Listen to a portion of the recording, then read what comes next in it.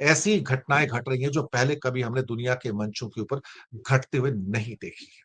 राकेश शेषल जी, मैं आपसे इसकी एक मैक्रो लेवल के ऊपर टिप्पणी चाहूँगा कि आप इस पूरे प्रकरण को किस रूप में देखते हैं और भारत के लिए इसमें क्या है? धन्यवाद दिनेश जी।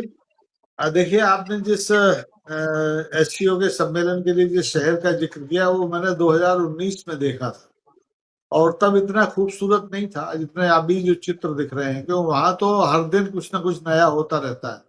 चीन में जो निर्माण कार्य है वो सतत चलने वाली प्रक्रिया है, और अपने यहाँ जैसा नहीं होता वहां कि आपने 5 साल का बनाया और वो 25 साल में बने, उसका बजट बढ़ता रहे, टाइम बढ़ता रहे। वहाँ सब कुछ समयबद्ध तरीके से होता है। तो मुझे लगता है कि इस शहर को इस समय एसटीओ सम्मेलन के लिए ही विशेष तौर पर साज सज्जा इसकी की गई। अब भीतर के गांव में, चीन में आप किसी पर्यटक को कोई जाने नहीं देता, तो वहां भी टीन टप्पर वाला, धारावी वाला बहुत सा इलाका है जो दिख जाता है, लेकिन उसको वो चीन छुपा लेता है। चीन की ताकत तो असली इन बड़े शहरों से दिखाई दी। एससीओ का ये सम्मेलन, देखिए एससीओ की बैठकें लगातार होती रहती है, मेरे ख्याल से 5-7 बैठकों का तो स्मरण मुझे है, लेकिन उन बैठकों में कभी इतनी गंभीरता और कभी इतना भीड़ भाड़ देखने में नहीं मिला। और जिस ढंग से इस बार एससीओ के सम्मेलन में चीन ने जो रेड कारपेट बिछा के हमारे मोदी जी का सम्मान किया है, इससे देख करके मुझे लगता है कि चीन बहुत दूर की सोच रहा है, और चीन भारत के कंधे पर अपनी बंदूक रख करके अपने जो भी उसके दुश्मन हैं, जो प्रतिद्वंदी हैं, उन पर कुछ निशाना साधने की तैयारी कर रहा है। और भारत इस समय दरअसल बहुत सॉफ्ट टारगेट चीन को मिल गया है। चीन से भारत की अनबन पुरानी है, बहुत हमारे कॉर्डियल रिलेशन नहीं रहे हैं जैसे कि रूस के साथ रहे हैं, जैसे कि अमेरिका के साथ रहे हैं, जापान के साथ रहे हैं। चीन से तो झगड़े होते ही रहे, कभी सीमा विवाद को लेके होता है, कभी घुसपैठ को लेके होता है, कभी गालवान हो जाता है, कभी असम में वो घुसाते हैं, अपने गांव के नाम बदल देते हैं। तो इसके बावजूद चीन इतने लाल कारपेट बिछा के भारत का स्वागत कर रहा है, इसका सीधा सा मतलब है कि उसकी रणनीति में भारत एक महत्वपूर्ण औजार के तौर पर तैयार किया जाएगा।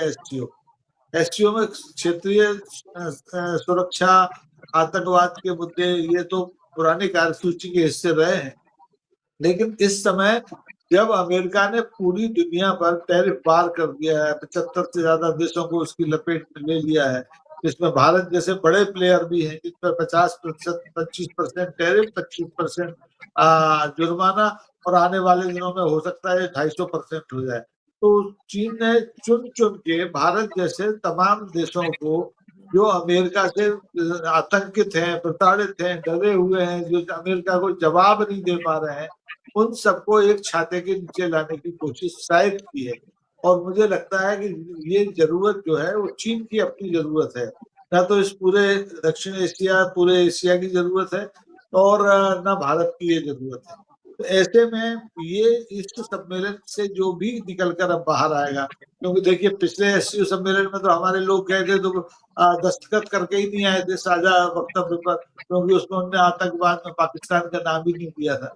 लेकिन इस बार उम्मीद है कि ऐसा कोई साझा वक्तव्य एससीओ की बैठक के बाद निकलेगा जो अमेरिका को हिट करेगा, और उसमें वो भारत का चेहरा सबसे आगे रखना चाहेगा, क्योंकि भारत सबसे पहले अमेरिका के इस समय शत्रु नंबर 1 में है। भारत अमेरिका की बात मान नहीं रहा है, रूस से तेल लेना बंद नहीं कर रहा है, रूस से जो सस्ता तेल ले रहा है उसका फायदा आम जनता तक नहीं पहुंचने दे रहा है, वो सब अपने अंदाजियों अंबानियों में उसने बांट दिया है। तो इस समय फंसे हुए मोदी जी जाना था जापान, पहुंच गए चीन, समझ गए ना वाली स्थिति में है। जापान में गए तो जापान वालों ने सुना है कि सवाल कर लिए, उन्होंने तलब कर लिया तो भाई हमने तुम्हें $3200 बिलियन का एक कॉरिडोर बनाने के लिए लोन दिया था, उसमें तुमने क्या किया? कॉरिडोर बनाने, वो पैसे कहाँ हैं और वो किस स्थिति में है? तो एक ये दिक्कत आ गई। दूसरे, चीन का तो आपको मालूम ही है, चीन लगातार कह रहा है कि हम तो आपसे बहुत अच्छे संबंध करना चाहते हैं, हिंदू चीनी भाई भाई। जिस नेहरू का ये विरोध करते हैं उसी के रास्ते पर जाके हिंदू चीनी भाई भाई करना चाहते हैं। ये घबराए हुए हैं, भारत का नेतृत्व पहली बार इतना घबराया हुआ नेतृत्व नजर में आ रहा है, जो चीन जैसे प्रतिद्वंदी भी उसको आप मान लीजिए, उसको अपना शत्रु भी मान लीजिए, उसको अच्छा पड़ोसी भी मत मान लीजिए, उसके सामने बिछा जा रहा है। तो मुझे लगता है कि एससीओ का ये सम्मेलन दुनिया का जो पूरा परिदृश्य है, आर्थिक परिदृश्य, सामरिक परिदृश्य, सबको बदलने में एक महत्वपूर्ण भूमिका अदा करेगा और भारत का करना इसमें इस्तेमाल किया जाएगा। जी।